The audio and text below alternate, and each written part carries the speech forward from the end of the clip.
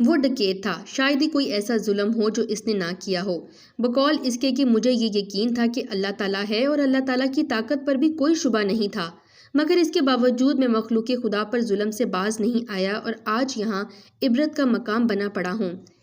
آپ بھی پڑھیں اس کی کہانی اسی کی زبانی۔ میرا نام جابر تھا، میں نے برے لوگوں کی صحبت اختیار کی اور پھر بری راہ کا مسافر بن گیا۔ پہل میں نے چھوٹی موٹی چوری چکاری سے کام شروع کیا اور آخرکار ایک بہت بڑا ڈکیت بن گیا۔ پھر میں نے اپنی ایک گینگ بنا لی، نہ صرف میں بلکہ میرے ساتھی بھی دوران واردات لوگوں پر ظلم کرنے کے علاوہ معصوم لڑکیوں اور عورتوں کی عزت پامال کر دیتے، بے حساب لڑکیوں کو ان کے بھائیوں اور والدین کے سامنے زیادتی کا نشانہ بنایا۔ بہت سے بھائی اور باپ اپنی بیٹیوں، بیویوں، بہنوں کی عزت بچاتے ہوئے موت کی آغوش میں جا سوئے، مگر اس کے باوجود بھی ان کی بیٹیوں کی عزت لٹ گئی۔ میرا آخری جرم ایک امام مسجد کی گھر ڈکیتی تھا۔ ہوا کچھ یوں کہ ہمیں کسی مخبر نے ایک گھر میں شادی کا قیمتی سامان اور زیور اور پیسہ ہونے کی اطلاع دی۔ ہم لوگ اس کے گھر کی ٹوہ میں لگ گئے۔ وہ گھر ایک امام مسجد کا تھا۔ وہ آدمی نہ صرف مسجد میں امامت کرواتا بلکہ مردوں کو غسل دینا، جنازہ پڑھانا، لاوارث لوگوں کی کفن دفن کا انتظام کرنا، جوان یتیم بچیوں کے لیے نیک رشتے تلاش کر کے ان کے نکاح کروانا اور حسب حیثیت ان کو جہیز دینا، یہ سب کرنے کے لیے فقط امامت کی تنخواہ ناکافی تھی۔ اس لیے امام صاحب نے گاؤں میں ایک چھوٹی سی دکان بھی بنا رکھی تھی، بلکہ مسجد کی صفائی ستھرائی بھی وہ خود ہی کرتے تھے تاکہ جتنا ہو سکے پیسے بچا کر کسی اور نیک کام میں لگائے جا سکیں۔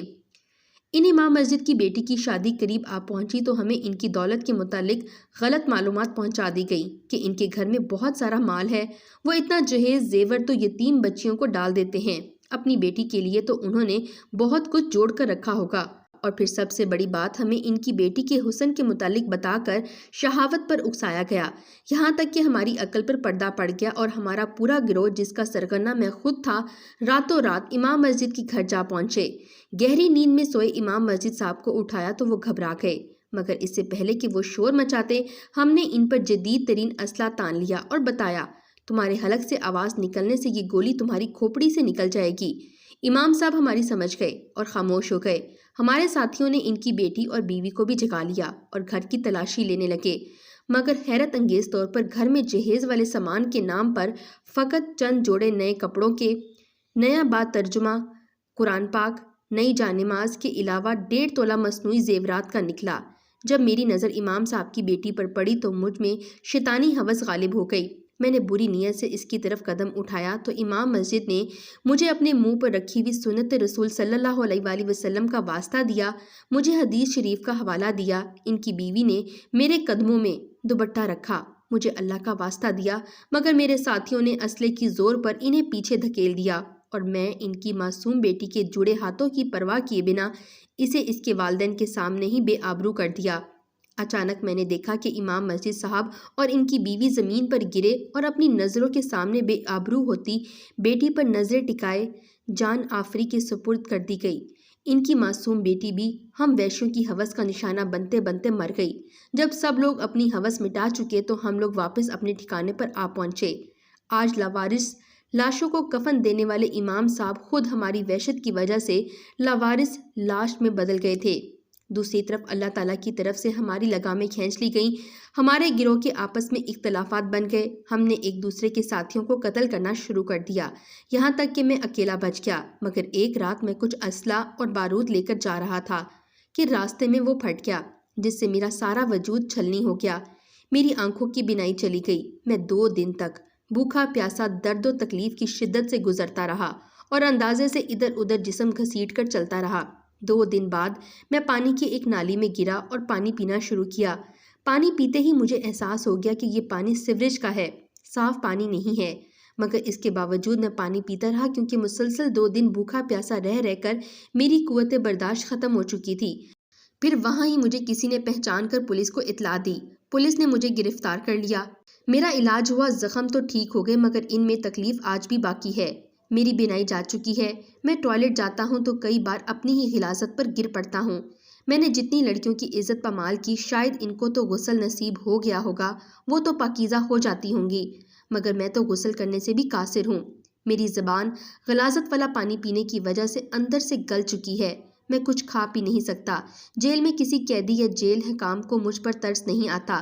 جس آدمی کو بھی مجھ پر ترس آتا ہے، اگر اس کو میری حقیقت پتہ چل جائے تو وہ مجھ سے متنفر ہو جاتا ہے۔ میری اس حالت کے باوجود بھی میری سزا میں کسی قسم کی کوئی کمی نہیں کی جاتی۔ مجھے سزائے موت سنائی جا چکی ہے۔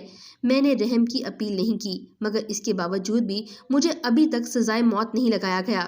میں سزائے موت کا وہ واحد قیدی ہوں جو بھیک میں موت مانگتا ہوں، مگر مجھے موت نہیں آتی۔ ابھی کل کی بات ہے، ٹوائلٹ استعمال کرتے ہوئے میں اپنی ہی غلاظت پر جا گرا۔ مجھے نہیں پتہ چلا کہ کہاں کہاں جسم پر غلاظت لگی ہے۔ جہاں تک ممکن تھا جسم دھویا، کپڑے دھوئے، مگر پھر بھی وہ لگی رہ گئی، جس پر باقی قیدیوں نے مجھے بیرک سے نکال کر باہر بٹھا دیا اور میں نے ساری رات دیوار سے ٹیک لگائے باہر گزار دی۔ آج قیدیوں کے احتجاج پر مجھے کسی اور بیرک میں منتقل کر دیا جائے گا، اور پھر وہاں سے بھی میری اسی غلطی کی وجہ سے مجھے کہیں اور منتقل کر دیا جائے گا۔ آج مجھے امام صاحب کی سنائی ہوئی احادیث یاد آتی ہیں تو میں سوچتا ہوں کہ پتہ نہیں میں مسلمان ہوں بھی یا نہیں، پتہ نہیں مجھے روز محشر شفاعت رسول صلی اللہ علیہ وآلہ وسلم نصیب ہوگی یا نہیں۔ مگر ان سب باتوں کے باوجود بھی مجھے زندگی نہیں چاہیے۔ میں موت کا طلبگار ہوں اور اس بات کی تصدیق کرتا ہوں کہ ظلم کا بدلہ ہوتا ہے، علاج نہیں۔ اس نے مکان کا وزٹ کیا اور ہمراہ ایک پارٹی کو لے کر گیا جو مطلوبہ مکان خریدنا چاہتی تھی۔ جیسے ہی یہ لوگ اس گھر کے دروازے پر پہنچے، ایک عمر رسیدہ بزرگ نے انہیں اندر آنے کی دعوت دی اور ڈرائنگ روم میں بیٹھنے کا کہا۔ کچھ دیر بعد ایک عمر رسیدہ خاتون خانہ چائے کی ٹرالی ٹیبل سجائے ہوئے ان لوگوں کی طرف آ رہی تھی، جس پر چائے کے علاوہ گاجر کا حلوہ، نمکو، بسکٹ اور کچھ مٹھائی رکھی ہوئی تھی۔